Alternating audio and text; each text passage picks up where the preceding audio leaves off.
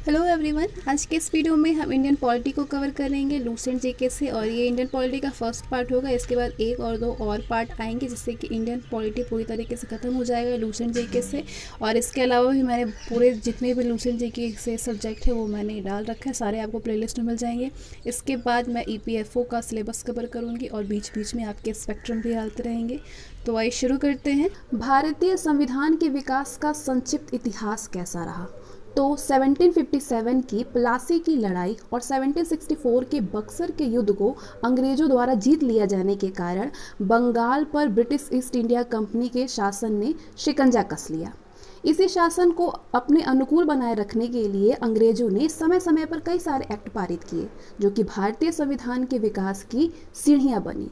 तो सबसे पहले जो एक्ट आया था वो एक्ट था 1773 का रेगुलेटिंग एक्ट। इस अधिनियम का अत्यधिक संवैधानिक महत्व है, जैसे कि भारत में ईस्ट इंडिया कंपनी के कार्यों को नियमित और नियंत्रित करने की दिशा में ब्रिटिश सरकार द्वारा उठाया गया ये पहला कदम था। यानी कंपनी के शासन पर संसदीय नियंत्रण स्थापित किया गया।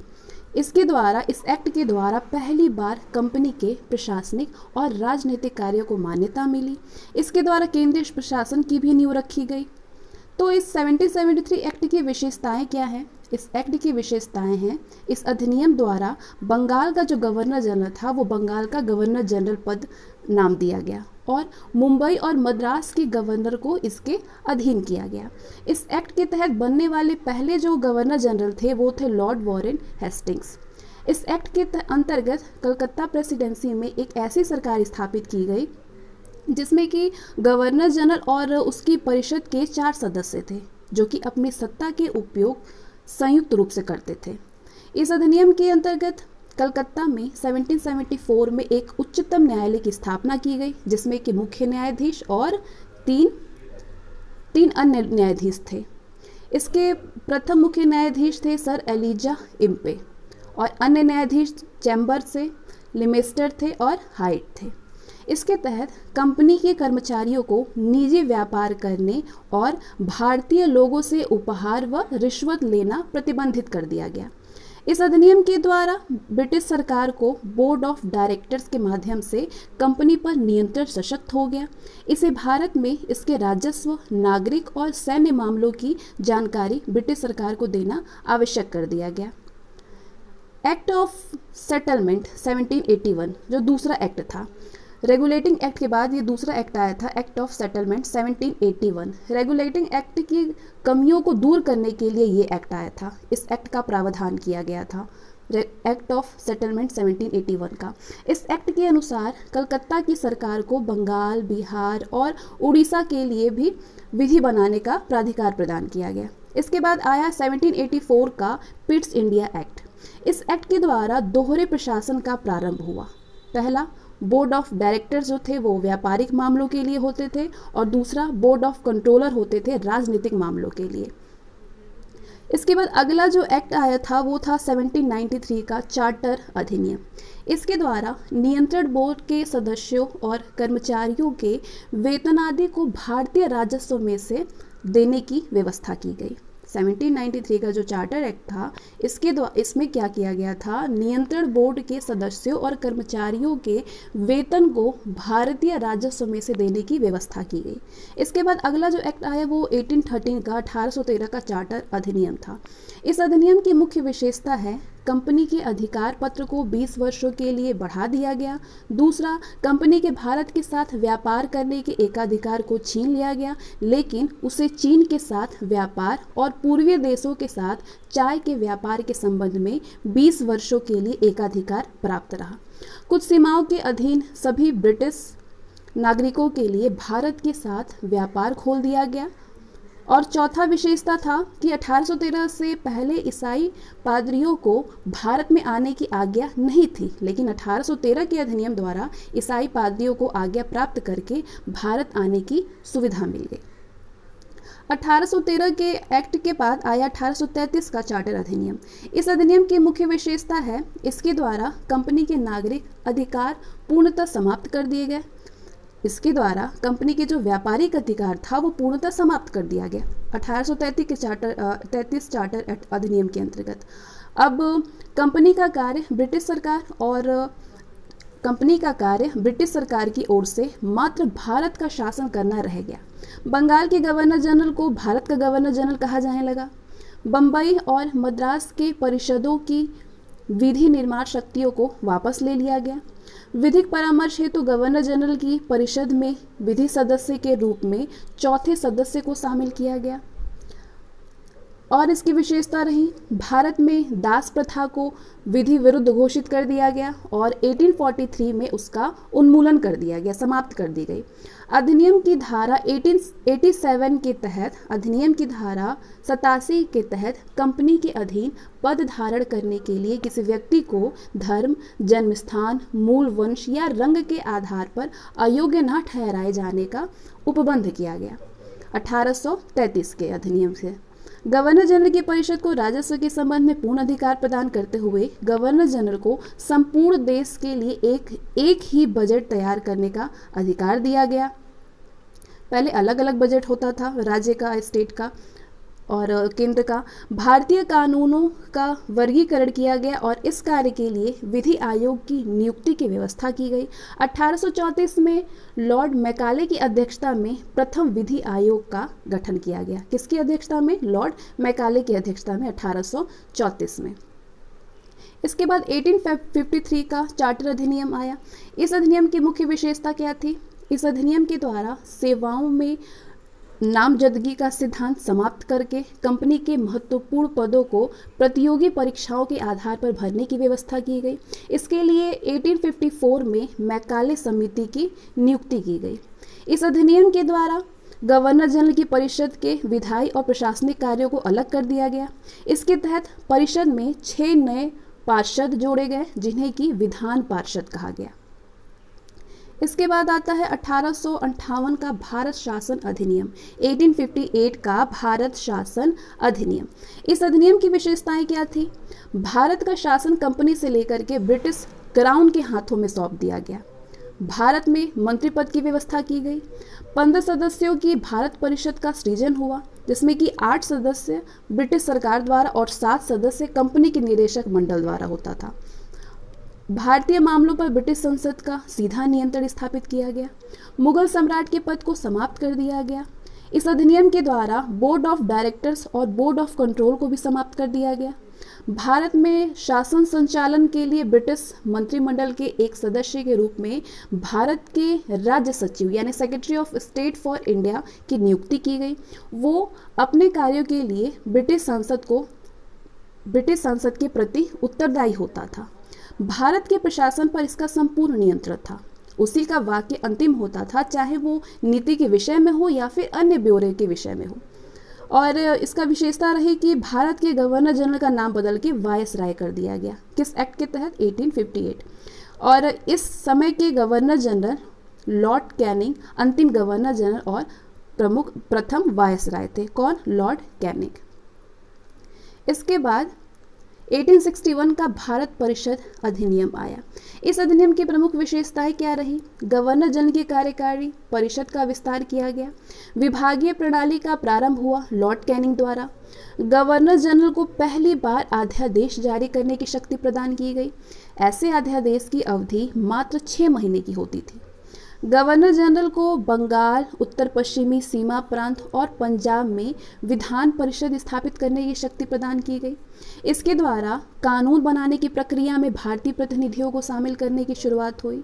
वायसराय कुछ भारतीयों को विस्तारित परिषद में गैर सरकारी सदस्यों के रूप में नामांकित कर सकता था। एक नोट है 1862 के अधिनियम के बारे में। इस अधिनियम में लॉर्ड कैनिंग ने 3 भारतीयों, बनारस के राजा, पटियाला के महाराज और सर दिनकर राव को विधान परिषद में मनोनीत किया। किसने? लॉर्ड कैनिंग ने 1862 में 3 भारतीयों को, बनारस के राजा, पटियाला के महाराजा और सर दिनकर राव को विधान परिषद में मनोनीत किया। इसके बाद आया 1873 का अधिनियम। इस अधिनियम के द्वारा ये उपबंध किया गया कि ईस्ट इंडिया कंपनी को किसी भी समय भंग किया जा सकता है। 1 जनवरी 1884 को ईस्ट इंडिया कंपनी को औपचारिक रूप से भंग कर दिया गया। शाही उपाधि अधिनियम 1876। इस अधिनियम द्वारा गवर्नर जनरल की केंद्रीय कार्यकारिणी में छठे सदस्य की नियुक्ति कर उसे लोक निर्माण विभाग का कार्य सौंपा गया। 28 अप्रैल 1876 को एक घोषणा द्वारा महारानी विक्टोरिया को भारत की सम्राज्ञी घोषित किया गया। इसके बाद आया 1892 का भारत परिषद अधिनियम। इस अधिनियम की मुख्य विशेषता है अप्रत्यक्ष चुनाव प्रणाली की शुरुआत हुई। इसके द्वारा राजस्व और व्यय अथवा बजट पर बहस करने और कार्यकारिणी से प्रश्न पूछने की शक्ति दी गई। किस अधिनियम के अंतर्गत ये अधिकार मिला? 1892 का भारत परिषद अधिनियम में। उसके बाद आया 1909 का भारत परिषद अधिनियम, मार्ले मिंटो सुधार भी इसको बोलते हैं। तो पहली बार मुस्लिम समुदाय के लिए पृथक प्रतिनिधित्व का उपबंध किया गया 1909 के भारत परिषद अधिनियम में। इसके अंतर्गत मुस्लिम सदस्यों का चुनाव मुस्लिम मतदाता ही कर सकते थे। ये भारत सरकार अधिनियम के तहत पहली बार विधायिका में कुछ निर्वाचित प्रतिनिधित्व की मंजूरी थी। तो इस प्रकार इस अधिनियम ने सांप्रदायिकता को वैधानिकता प्रदान की और लॉर्ड मिंटो को सांप्रदायिक निर्वाचन के जनक के रूप में जाना गया। और विशेषता रही इसकी, भारतीयों को भारत सचिव और गवर्नर जनरल की कार्यकारिणी परिषदों में नियुक्ति की गई। केंद्रीय और प्रांतीय विधान परिषदों को पहली बार बजट पर विवाद करने, सार्वजनिक हितों के विषयों पर प्रस्ताव पेश करने, पूरक प्रश्न पूछने और मत देने का अधिकार मिला। प्रांतीय विधान परिषद की संख्या में वृद्धि की गई। सत्येंद्र प्रसाद सिन्हा वायसराय की कार्यपालिका परिषद के प्रथम भारतीय सदस्य बने। कौन? सत्येंद्र प्रसाद सिन्हा वायसराय की कार्यपालिका परिषद में प्रथम भारतीय सदस्य बने। ये सारे जो थे ये 1909 का भारतीय परिषद अधिनियम के अंतर्गत हुआ। उन्हें विधि सदस्य बनाया गया। इस अधिनियम के तहत presidency, corporation, chambers of commerce, विश्वविद्यालयों और जमींदारों के लिए अलग प्रतिनिधित्व का प्रावधान किया गया। एक इम्पॉर्टेंट नोट है, 1909 में लॉर्ड मार्ले इंग्लैंड में भारत के राज्य सचिव थे और लॉर्ड मिंटो भारत के वायसराय। इसके बाद आया 1919 का भारत शासन अधिनियम। ये मॉन्टेग्यू चेम्सफोर्ड सुधार था। इस अधिनियम की मुख्य विशेषता है केंद्र में द्विसदनात्मक विधायिका की स्थापना की गई। प्रथम राज्य परिषद और दूसरा केंद्रीय विधानसभा। राज्य परिषद के सदस्यों की संख्या 60 थी, जिसमें कि 34 निर्वाचित होते थे और उनका कार्यकाल 5 वर्षों का होता था, जो कि चुना जाता था, निर्वाचित होते थे। केंद्रीय विधानसभा के सदस्यों की संख्या 144 थी, जिनमें कि 104 निर्वाचित और 40 मनोनीत थे। इनका कार्यकाल 3 वर्षों का था। दोनों सदनों के अधिकार समान थे। इनमें सिर्फ एक अंतर था कि बजट पर स्वीकृति प्रदान करने का अधिकार निचले सदन को था। प्रांतों में द्वैत शासन प्रणाली का प्रवर्तन किया गया, मतलब कि प्रांतों में द्वैत शासन किया गया और प्रांतों में द्वैत शासन के जनक थे लियोनस कार्टियस।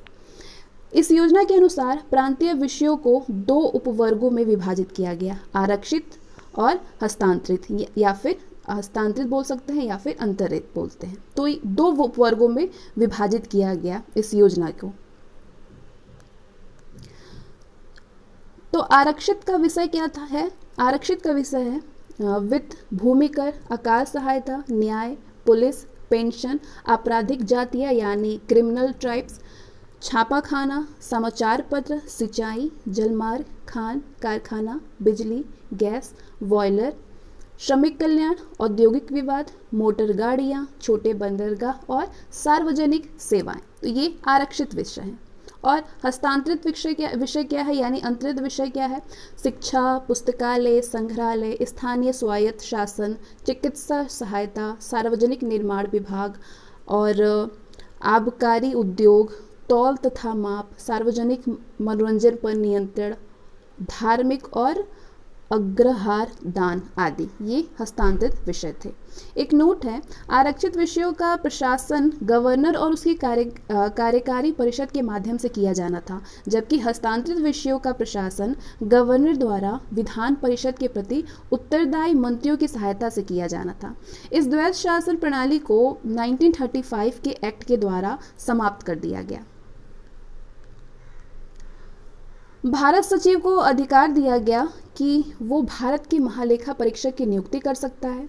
इस अधिनियम ने भारत में एक लोक सेवा आयोग के गठन का प्रावधान किया। अतः 1926 में ली आयोग को सिफारिश पर सिविल सेवकों की भर्ती के लिए केंद्रीय लोक सेवा आयोग का गठन किया गया। इस अधिनियम के अनुसार वायसराय की कार्यकारिणी परिषद में 6 सदस्यों में से 3 सदस्यों का भारतीय होना आवश्यक था, 6 सदस्यों कमांडर इन चीफ को छोड़ करके। और इसने सांप्रदायिक आधार पर सिखों, भारतीय ईसाइयों, आंग्ल भारतीयों और यूरोपियों के लिए भी पृथक निर्वाचन के सिद्धांत को विस्तारित कर दिया। इसमें पहली बार केंद्रीय बजट को राज्यों के बजट से अलग कर दिया गया था। इसके अंतर्गत एक वैधानिक आयोग का गठन किया गया, जिसका कार्य 10 वर्षों बाद जांच करने के बाद अपनी रिपोर्ट प्रस्तुत करना था। और इस अधिनियम में केंद्रीय विधानसभा में वायसराय के अध्यादेश जारी करने की शक्तियों को निम्न रूप में बनाए रखा गया। किन किन रूपों में बनाए रखा गया? कुछ विषयों से संबंधित विधेयकों को विचारार्थ प्रस्तुत करने के लिए उसकी पूर्व अनुमति आवश्यक थी। उसे भारतीय विधानसभा द्वारा पारित किसी भी विधेयक को वीटो करने या सम्राट के विचार के लिए आरक्षित करने की शक्ति थी। उसे ये शक्ति थी कि विधानमंडल द्वारा नामंजूर किए गए या पारित ना किए गए किसी विधेयक या अनुदान को प्रमाणित कर दे तो ऐसे प्रमाणित विधेयक विधानमंडल द्वारा पारित विधेयक के समान हो गए, विधानमंडल द्वारा पारित विधेयक के समान हो जाते थे। और वो आपात स्थिति में अध्यादेश बना सकता था जिनका अस्थायी अवधि के लिए विधिक प्रभाव होता था। एक नोट है, मॉन्टेग्यू चेम्सफोर्ड सुधार, जो कि भारत शासन अधिनियम 1919 द्वारा भारत में पहली बार महिलाओं को वोट देने का अधिकार मिला। मॉन्टेग्यू चेम्सफोर्ड सुधार में, यानी भारत शासन अधिनियम 1919 में। उस समय इंग्लैंड का प्रधानमंत्री लॉयड जॉर्ज था। इसके बाद आया 1919 भारत शासन अधिनियम 1919 के बाद 1935 का भारत शासन अधिनियम। 1935 एक्ट में 321 अनुच्छेद और 10 अनुसूचियां थी। इस अधिनियम की मुख्य विशेषताएं क्या थी?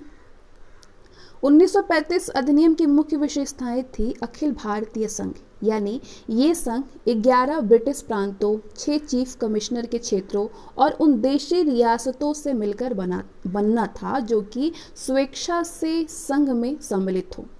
प्रांतों के लिए संघ में सम्मिलित होना अनिवार्य था, लेकिन देशी रियासतों के लिए ये ऐच्छिक था।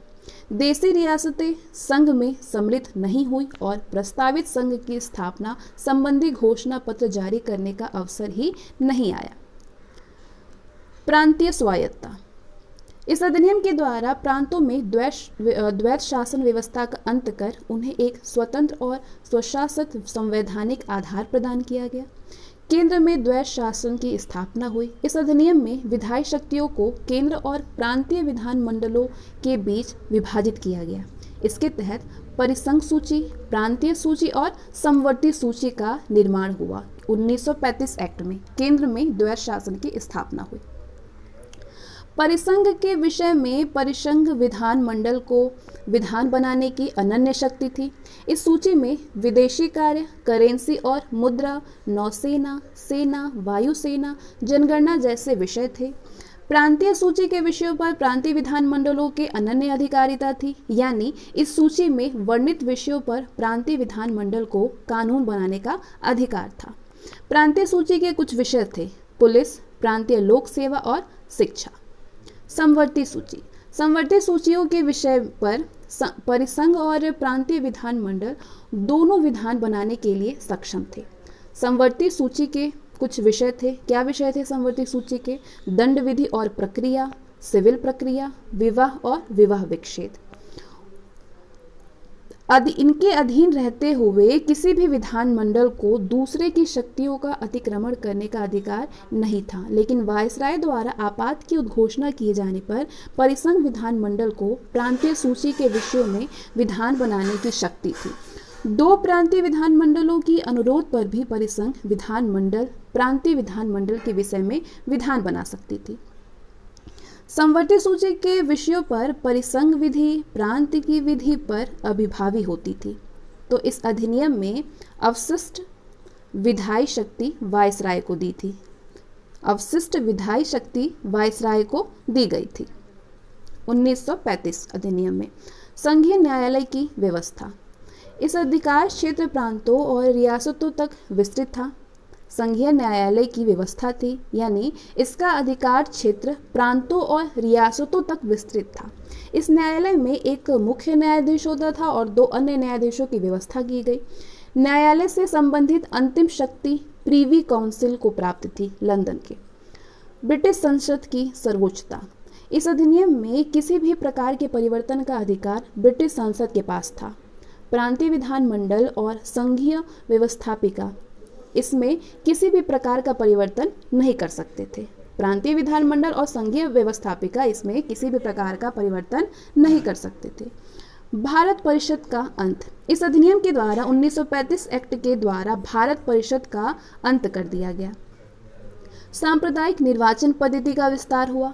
संघीय और प्रांतीय व्यवस्थापिकाओं में विभिन्न संप्रदायों को प्रतिनिधित्व देने के लिए सांप्रदायिक निर्वाचन पद्धति को जारी रखा गया और उसका विस्तार दलित जातियों, महिलाओं और मजदूर वर्ग तक किया गया। इस अधिनियम में प्रस्तावना का अभाव था। इसके द्वारा बर्मा को भारत से अलग कर दिया गया, अदन को इंग्लैंड के औपनिवेशिक कार्यालय के अधीन कर दिया गया और बरार को मध्य प्रांत में शामिल कर दिया गया। इसके अंतर्गत देश की मुद्रा और साख पर नियंत्रण के लिए भारतीय रिजर्व बैंक की स्थापना की गई। 1935 एक्ट के तहत भारतीय रिजर्व बैंक की स्थापना की गई। इसने मताधिकार का विस्तार किया। लगभग 10% जनसंख्या को मत अधिकार मिल गया था, अपना मत देने का अधिकार मिल गया था 10% लोगों को। इसके बाद आया 1935 एक्ट के बाद 1947 का भारतीय स्वतंत्रता अधिनियम, 1947 का भारतीय स्वतंत्रता अधिनियम। ब्रिटिश संसद में 4 जुलाई 1947 को भारतीय स्वतंत्रता अधिनियम प्रस्तावित किया गया, जो कि 18 जुलाई 1947 को स्वीकृति हो गई। इस अधिनियम में 20 धाराएं थी। कितनी धाराएं थी? 20 धाराएं थी। इस अधिनियम के प्रमुख प्रावधान क्या था? इस अधिनियम का 2 अधिराज्यों की स्थापना।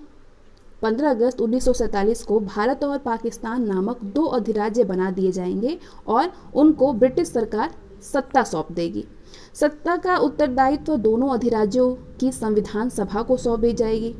ठीक है, सत्ता का उत्तरदायित्व दोनों अधिराज्यों, भारत और पाकिस्तान दोनों की संविधान सभा को सौंपी जाएगी। भारत और पाकिस्तान दोनों अधिराज्यों में एक गवर्नर जनरल होंगे, जिनकी नियुक्ति उनके मंत्रिमंडल की सलाह से की जाएगी।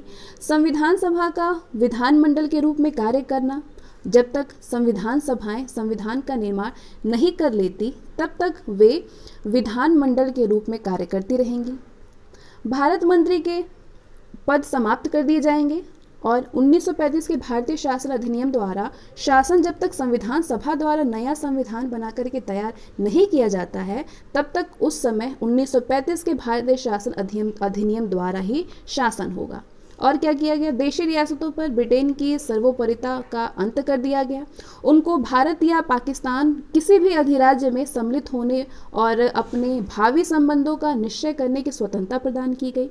इस अधिनियम के अधीन 1947 अधिनियम के अधीन भारत डोमेनियन को सिंध, बलूचिस्तान, पश्चिमी बंगाल, पूर्वी बंगाल, पश्चिमोत्तर सीमा प्रांत और असम के सिलहट जिले को छोड़ करके भारत का शेष राज्य क्षेत्र मिल गया। कौन कौन सा?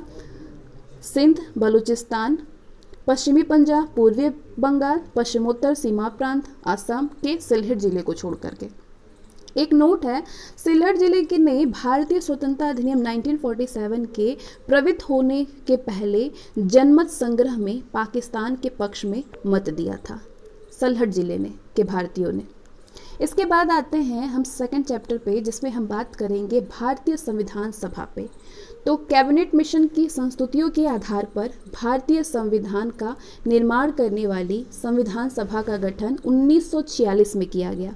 कैबिनेट मिशन के सदस्य पर स्टेफार्ड क्रिप्स, लॉर्ड पेथिक लॉरेंस और ए.बी. अलेक्जेंडर थे। कौन कौन थे?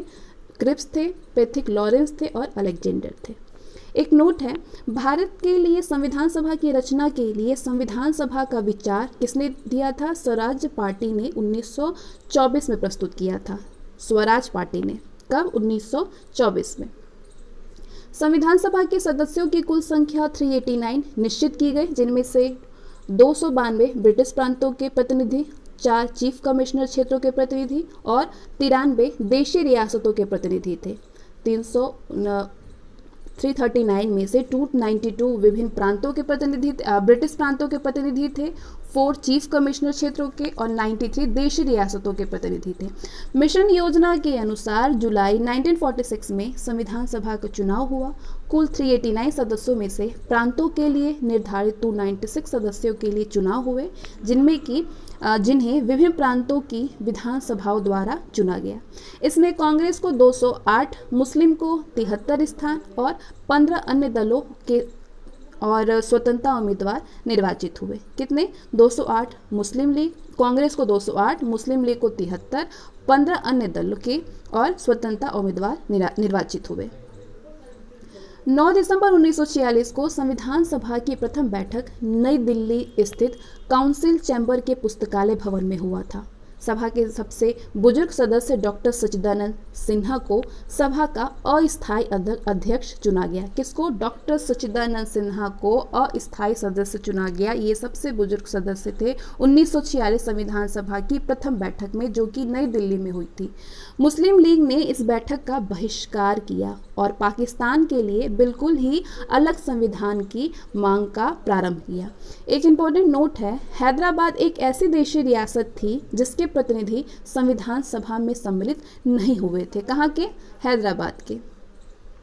प्रांतों या देशी रियासतों को उनकी जनसंख्या के अनुपात में संविधान सभा में प्रतिनिधित्व दिया गया था। प्रांतों या देशी रियासतों के अनुपात के अनुसार, जैसे कि साधारणतः 10 लाख की आबादी पर एक स्थान का आवंटन किया गया था। 10 लाख की आबादी पर एक स्थान का आवंटन किया गया था। प्रांतों का प्रतिनिधित्व 3 प्रमुख सदस्यों की जनसंख्या के आधार पर विभाजित किया गया था। तो ये समुदाय थे मुस्लिम, सिख और साधारण। संविधान सभा की प्रमुख समितियां और उनके अध्यक्ष को हम देखेंगे इस चार्ट में। संचालन समिति के अध्यक्ष थे डॉक्टर राजेंद्र प्रसाद। संघीय संविधान समिति के अध्यक्ष थे पंडित जवाहरलाल नेहरू। प्रांतीय संविधान समिति के सदस्य हैं सरदार वल्लभ भाई पटेल। प्रारूप समिति के अध्यक्ष थे डॉक्टर भीमराव अंबेडकर। संघ शक्ति समिति के अध्यक्ष थे पंडित जवाहरलाल नेहरू। मौलिक अधिकारों और अल्पसंख्यकों संबंधी परामर्श समिति के अध्यक्ष थे सरदार वल्लभ भाई पटेल और राष्ट्र ध्वज संबंधी तदर्थ समिति के अध्यक्ष थे डॉक्टर राजेंद्र प्रसाद।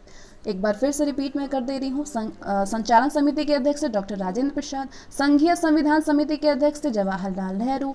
प्रांतीय संविधान समिति के अध्यक्ष थे सरदार वल्लभ भाई पटेल। प्रारूप समिति के अध्यक्ष थे डॉक्टर भीमराव अंबेडकर। संघ शक्ति समिति के अध्यक्ष थे पंडित जवाहरलाल नेहरू। मौलिक अधिकारों और अल्पसंख्यकों संबंधी परामर्श समिति के अध्यक्ष थे वल्लभ भाई पटेल और राष्ट्र ध्वज संबंधित तदर्थ समिति के अध्यक्ष थे डॉक्टर राजेंद्र प्रसाद।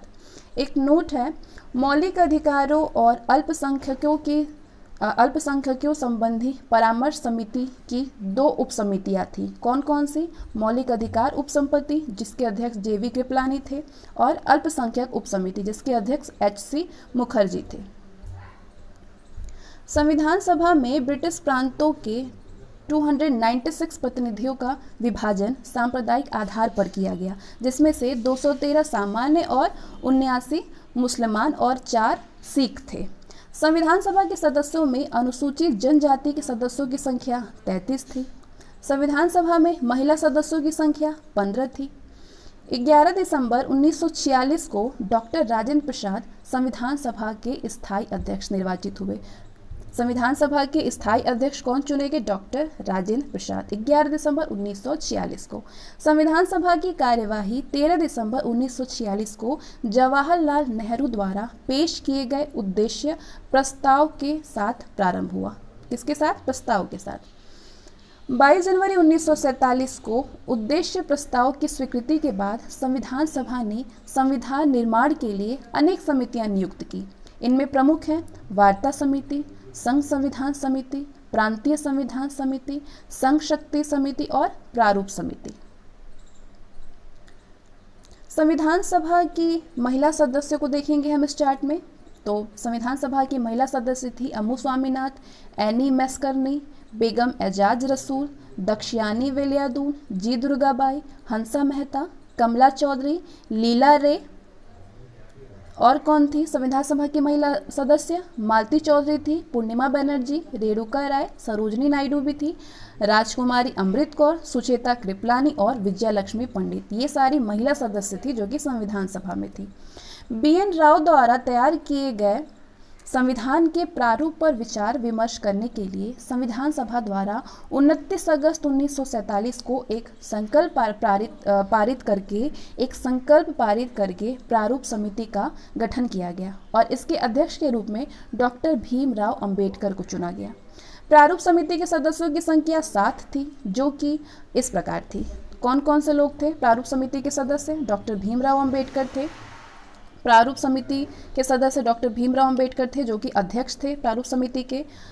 और प्रारूप समिति के सदस्य थे N. गोपाला स्वामी अयंगर, अल्लादे कृष्ण स्वामी अय्यर, कन्हैया लाल, माणिक लाल मुंशी, सैयद मोहम्मद सादुल्ला, N. माधव राव जो कि BL मित्र के स्थान पर थे, DP खेतान। 1948 में इनकी मृत्यु के बाद फिर TT कृष्णामचारी को सदस्य बनाया गया। किसके स्थान पे? DP खेतान के बाद, DP खेतान की मृत्यु के बाद कृष्णाचारी को सदस्य बनाया गया।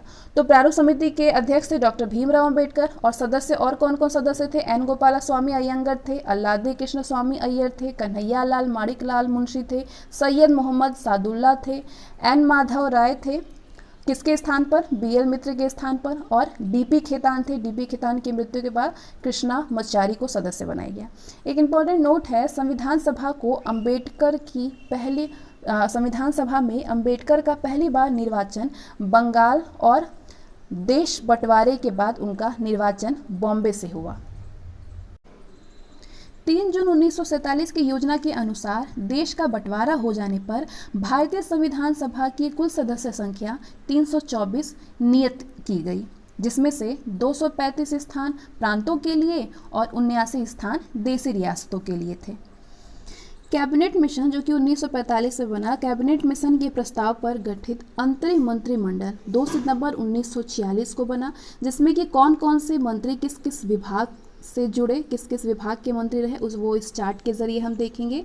जवाहरलाल नेहरू किस विभाग में थे? कार्यकारी परिषद के उपाध्यक्ष थे जवाहरलाल नेहरू, और विदेशी मामले के मंत्री थे और राष्ट्रमंडल में। वल्लभ भाई पटेल गृह मंत्री और सूचना और प्रसारण विभाग में थे। वल्लभ भाई पटेल गृह विभाग में, सूचना और प्रसारण विभाग में थे। बलदेव सिंह रक्षा मंत्री बने। जॉन मथाई उद्योग और आपूर्ति विभाग में। C. राजगोपालाचारी शिक्षा विभाग में शिक्षा मंत्री बने। C. राजगोपालाचारी कौन थे? शिक्षा मंत्री थे। C.H. भाभा कार्य और खान एवं बंदरगाह मंत्री। राजेंद्र प्रसाद खाद्य एवं कृषि के मंत्री बने। आसफ अली रेलवे के मंत्री बने। रेलवे के मंत्री कौन बने? आसफ अली बने। और जगजीवन राम श्रम मंत्री बने। मंत्रिमंडल में शामिल मुस्लिम लीग के सदस्य कौन कौन थे? 26 अक्टूबर 1946 को लियाकत अली खां वित्त मंत्री, I. चुंदरीगर वाणिज्य मंत्री, अब्दुल रब नश्तर संचार मंत्री, जोगेंद्र नाथ मंडल विधि मंत्री, बंगाल SCF चीफ थे। गजानतर अली खां स्वास्थ्य मंत्री बने। देश विभाजन के बाद संविधान सभा का पुनर्गठन 31 अक्टूबर 1947 को किया गया और 31 दिसंबर 1947 को संविधान सभा के सदस्यों की कुल संख्या 299 थी, जिसमें प्रांतीय सदस्यों की संख्या 229 और देशी रियासतों के सदस्यों की संख्या 70 थी। प्रारूप समिति ने संविधान के प्रारूप पर विचार विमर्श करने के बाद 21 फरवरी 1948 को संविधान सभा को अपनी रिपोर्ट पेश की। संविधान सभा में संविधान का प्रथम वाचन 4 नवंबर से 9 नवंबर 1948 तक चला। संविधान पर दूसरा वाचन 15 नवंबर 1948 को प्रारंभ हुआ, जो कि 17 अक्टूबर 1949 तक चला था। संविधान सभा में संविधान का तीसरा वाचन 14 नवंबर 1949 को प्रारंभ हुआ और 26 नवंबर 1949 तक चला और संविधान सभा द्वारा संविधान को पारित किया गया। इस समय संविधान सभा के 284 सदस्य जो थे वो उपस्थित थे। कितने सदस्य उपस्थित थे? 284। स्वतंत्र भारत का पहला मंत्रिमंडल 1946 में बना। तो अब हम स्वतंत्र भारत में जो मंत्री बने थे स्वतंत्र होने के बाद, वो उन मंत्री को देखेंगे वो किस किस विभाग में थे। जवाहरलाल नेहरू को कौन सा विभाग, प्रधानमंत्री थे जवाहरलाल नेहरू, राष्ट्रमंडल विभाग में थे, विदेशी मंत्री थे और वैज्ञानिक शोध विभाग में थे। सरदार वल्लभ भाई पटेल गृह मंत्री, सूचना एवं प्रसारण मंत्री राज्यों के मामले में। डॉक्टर राजेंद्र प्रसाद खाद्य एवं कृषि मंत्री थे। अबुल कलाम आजाद शिक्षा मंत्री। डॉक्टर जॉन मथाई रेलवे और परिवहन मंत्री। Doctor B R. अम्बेडकर विधि मंत्री थे। जगजीवन राम श्रम मंत्री। सरदार वल्लभ देव रक्षा मंत्री। राजकुमारी अमृत कौर स्वास्थ्य मंत्री, स्वास्थ्य विभाग में थी। C.H. भाभा वाणिज्य मंत्री। रफ़ी अहमद किदवई संचार मंत्री। R.K. षणमुगम शेट्टी वित्त मंत्री। डॉक्टर श्यामा प्रसाद मुखर्जी उद्योग और आपूर्ति मंत्री और V.N. गाडगिल कार्य खान एवं ऊर्जा मंत्री बने स्वतंत्र भारत के मंत्रिमंडल में। संविधान निर्माण की प्रक्रिया में कुल 2 वर्ष 11 महीने और 18 दिन का समय लगा था। कितना समय लगा था? 2 साल 11 महीना और 18 दिन। संविधान के प्रारूप पर कुल 114 दिन बहस हुआ था। संविधान निर्माण में कुल मिलाकर के 63,96,729 व्यय हुए। कितने? 63,96,729। संविधान को जब 26 नवंबर 1949 को संविधान सभा द्वारा पारित किया गया, तब इसमें कुल 22 भाग थे, 395 अनुच्छेद थे और 8 अनुसूचियाँ थी। जब संविधान 26 नवंबर 1949 को संविधान सभा द्वारा पारित किया गया था, उस समय 22 भाग थे हमारे संविधान में, 395 अनुच्छेद थे और 8 अनुसूचियाँ थी। लेकिन अब संविधान में 22 भाग है, 395 अनुच्छेद है, लेकिन अनुसूचियाँ 12 हो गई हैं। संविधान के कुल अनुच्छेदों में से 15 यानी 5, 6, 7, 8, 9, 60, 324, 366, 367, 379, 380, 388, 391, 392 और 393 आर्टिकल को 26 नवंबर 1949 को ही प्रवर्तित कर दिया गया, जबकि शेष जो आर्टिकल थे, बाकी जो बचे अनुच्छेद थे, वो 26 जनवरी 1950 को लागू किया गया। संविधान सभा की अंतिम बैठक 24 जनवरी 1950 को हुई और उसी दिन संविधान सभा के द्वारा डॉक्टर राजेंद्र प्रसाद को भारत का पहला प्रधानमंत्री चुना गया। संविधान सभा 26 जनवरी 1950 से 1951-52 में हुए आम चुनावों के बाद बनने वाली नई संसद के निर्माण तक भारत की अंतरिम संसद के रूप में काम किया। संविधान सभा द्वारा किए गए कुछ अन्य कार्य थे। इसने मई 1949 में राष्ट्रमंडल में भारत की सदस्यता का सत्यापन किया। इसने 22 जुलाई 1947 को राष्ट्रीय ध्वज को अपनाया था संविधान सभा ने। इसने 24 जनवरी 1950 को राष्ट्रगान और 26 जनवरी 1950 को राष्ट्रगीत को अपनाया था। एक नोट है, 26 जुलाई 1947 को गवर्नर जनरल ने पाकिस्तान के लिए पृथक संविधान सभा की स्थापना की घोषणा की थी। कब? 26 जुलाई 1947 को। इसके बाद आते हैं नेक्स्ट चैप्टर में, जिसमें कि हम भारतीय संविधान की उद्देशिका अथवा प्रस्तावना के बारे में पढ़ेंगे। प्रस्तावना क्या है हमारा, उस प्रस्तावना को हम पढ़ेंगे इसमें। तो ये प्रस्तावना जो है वो नेहरू द्वारा प्रस्तुत उद्देश्य संकल्प में जो आदर्श प्रस्तुत किया गया था, उन्हें ही संविधान की उद्देशिका यानी प्रस्तावना में शामिल किया गया है। संविधान के 42वें संशोधन 1976 द्वारा यथा संशोधित ये उद्देशिका है। तो उद्देशिका यानी प्रस्तावना क्या है, नेहरू द्वारा जो लागू की गई थी। हम भारत के लोग भारत को एक संपूर्ण प्रभुत्व संपन्न समाजवादी पंथनिरपेक्ष लोकतंत्रात्मक गणराज्य बनाने के लिए और उसके समस्त नागरिकों को सामाजिक, आर्थिक और राजनीतिक न्याय, विचार, अभिव्यक्ति, विश्वास, धर्म और उपासना की स्वतंत्रता, प्रतिष्ठा और अवसर की समता प्राप्त करने के लिए और उन सब में व्यक्ति की गरिमा और राष्ट्र की एकता और अखंडता सुनिश्चित करने वाली बंधुता बढ़ाने के लिए दृढ़ संकल्प होकर के अपने इस संविधान सभा में आज तारीख 26 नवंबर 1949 मिति मार्ग शीर्ष शुक्ल सप्तमी संवत 2006 विक्रमी को एतद द्वारा इस संविधान को अंगीकृत, अधिनियमित और आत्मार्पित करते हैं। तो ये है प्रस्तावना यानी उद्देशिका, जो कि नेहरू द्वारा प्रस्तुत किया गया था। प्रस्तावना की मुख्य बातें क्या क्या हैं? संविधान की प्रस्तावना को संविधान की कुंजी कहा जाता है। प्रस्तावना को संविधान की कुंजी कहा जाता है। संविधान की कुंजी किसको कहते हैं? प्रस्तावना को कहते हैं, या फिर उद्देशिका बोलते हैं इसको। प्रस्तावना संविधान का आरंभिक अंक होते हुए भी कानूनी तौर पर उसका भाग नहीं माना जाता है। प्रस्तावना के अनुसार संविधान के अधीन समस्त शक्तियों का केंद्र बिंदु अथवा स्रोत भारत के लोग ही हैं। प्रस्तावना में लिखित शब्द यथा हम भारत के लोग इस संविधान को अंगीकृत, अधिनियमित और आत्मार्पित करते हैं, भारतीय लोगों की सर्वोच्च संप्रभुता का उद्घोष करते हैं। प्रस्तावना को न्यायालय में प्रवर्तित नहीं किया जा सकता है।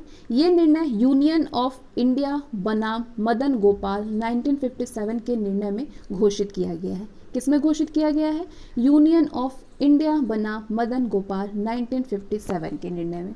यानी यदि सरकार या कोई भी नागरिक प्रस्तावना की अवहेलना करता है तो उसकी रक्षा के लिए हम अदालत की सहायता नहीं ले सकते हैं। बेरुबाड़ी यूनियन वाद में सर्वोच्च न्यायालय ने निर्णय दिया है कि जहां संविधान की भाषा संदिग्ध हो वहां पे प्रस्तावना विधिक निर्वाचन में सहायता करती है। बेड़ूवाली वाद में ही सर्वोच्च न्यायालय ने प्रस्तावना को संविधान का अंग नहीं माना है, इसलिए विधायिका प्रस्तावना में संशोधन नहीं कर सकती है। विधायिका जो है वो प्रस्तावना में संशोधन नहीं कर सकती है, लेकिन सर्वोच्च न्यायालय के केशवानंद भारती बनाम केरल राज्यवाद 1973 में कहा कि प्रस्तावना संविधान का अंग है। किसने कहा? केशवानंद भारती बनाम केरल राज्यवाद 1973 में। इसलिए विधायिका यानी संसद, विधायिका उसमें संशोधन कर सकती है।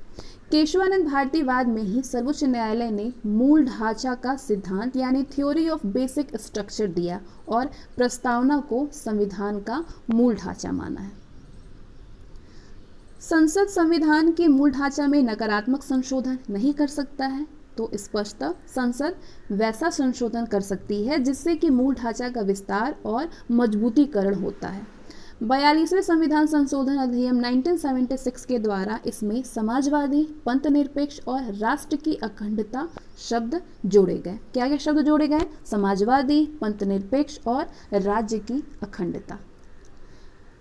भारत के संविधान प्रस्तावना में 3 प्रकार का न्याय, सामाजिक, आर्थिक और राजनीतिक, 5 प्रकार की स्वतंत्रता, विचार, अभिव्यक्ति, विश्वास, धर्म और उपासना की स्वतंत्रता, 2 प्रकार की समानता, प्रतिष्ठा और अवसर की समानता का उल्लेख है।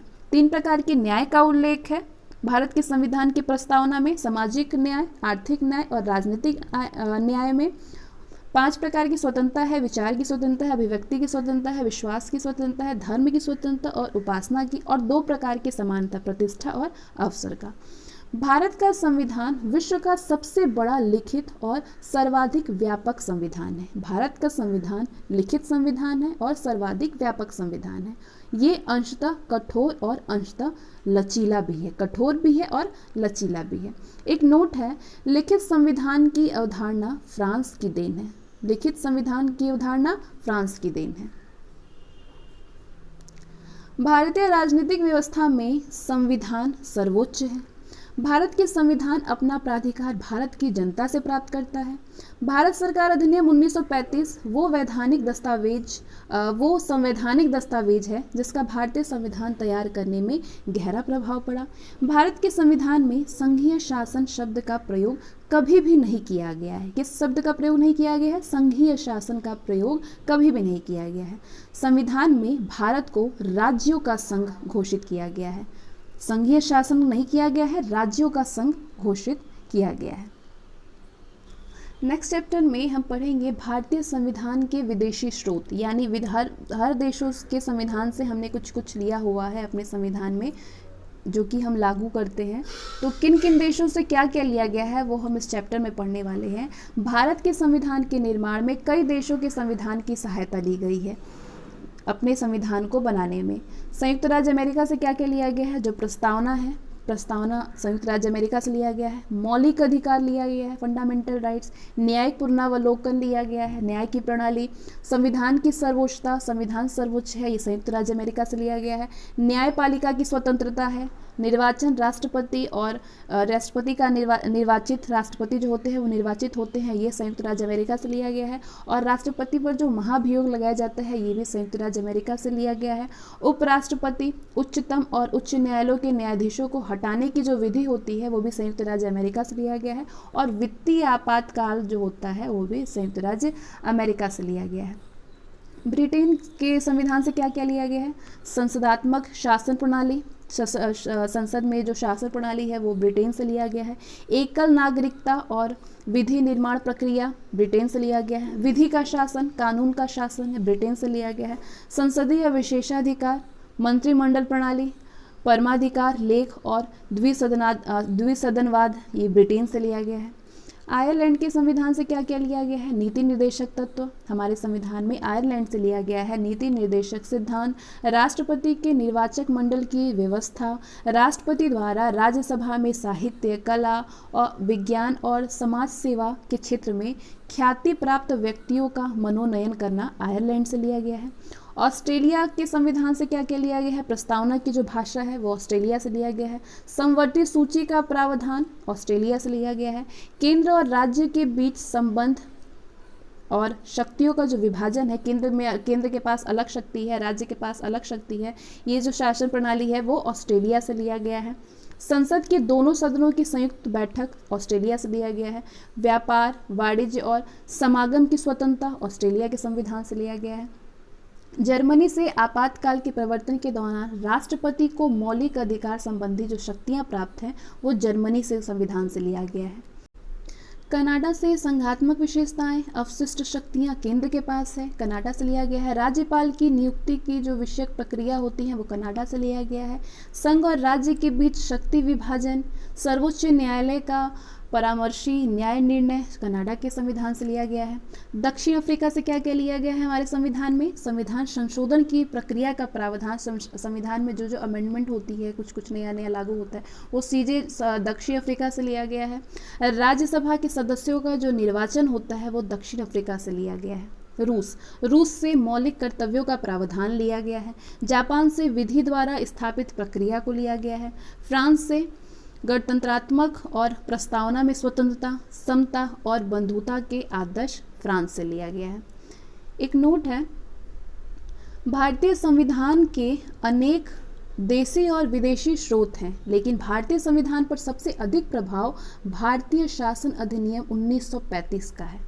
भारतीय संविधान के 395 अनुच्छेदों में से लगभग 250 अनुच्छेद ऐसे हैं जो कि 1935 के अधिनियम से या फिर या तो शब्दशः के लिए दिए गए हैं या फिर उनमें बहुत थोड़ा परिवर्तन के साथ लिया गया है।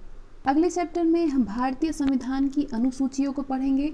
तो पहली अनुसूची में क्या दिया हुआ है, पहली अनुसूची में भारतीय संघ के घटक राज्यों और केंद्र शासित क्षेत्रों का उल्लेख है। राज्य कितने हैं, 29 राज्य हैं, और संघ शासित क्षेत्र कितने हैं, 7 हैं।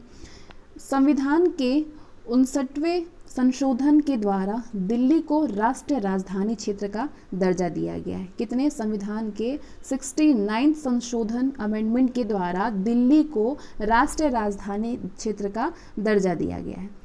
दूसरी अनुसूची में क्या है, दूसरी अनुसूची में भारतीय राज्य व्यवस्था के विभिन्न पदाधिकारियों, कौन कौन से, राष्ट्रपति, राज्यपाल, लोकसभा के अध्यक्ष और उपाध्यक्ष, राज्यसभा के सभापति और उपसभापति, विधानसभा के अध्यक्ष और उपाध्यक्ष, विधान परिषद के सभापति और उपसभापति, उच्चतम न्यायालय और उच्च न्यायालयों के न्यायाधीशों और भारत के नियंत्रक महालेखा परीक्षक आदि, यानी लोकसभा के अध्यक्ष और उपाध्यक्ष को प्राप्त होने वाले वेतन, भत्ते और पेंशन आदि का उल्लेख किसमें है, दूसरी अनुसूची में है।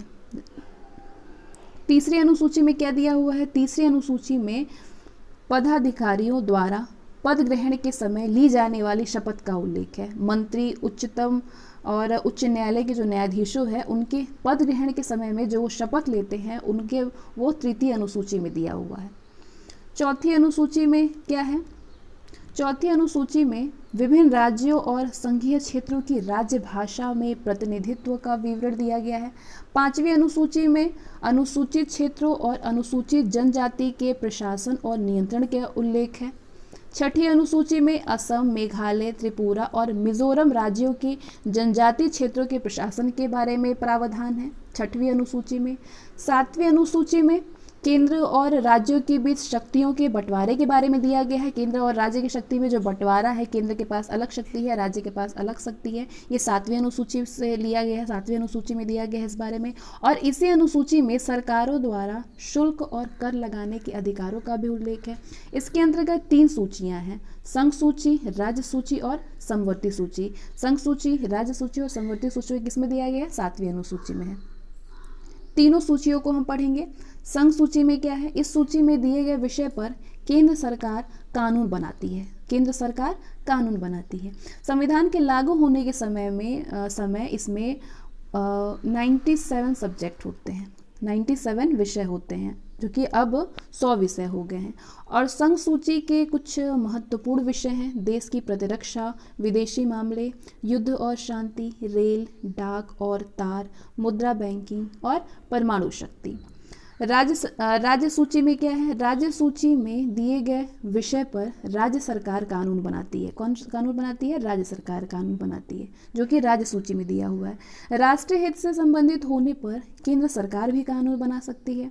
संविधान के लागू होने के समय इसके अंतर्गत 66 विषय थे, लेकिन अब 61 विषय हैं। राज्य सूची में शामिल कुछ विषय हैं: शांति और व्यवस्था, पुलिस, जेल, स्थानीय शासन, कृषि, जन स्वास्थ्य, राज्य के अंदर होने वाले व्यापार और न्याय विभाग, ये राज्य सूची में है।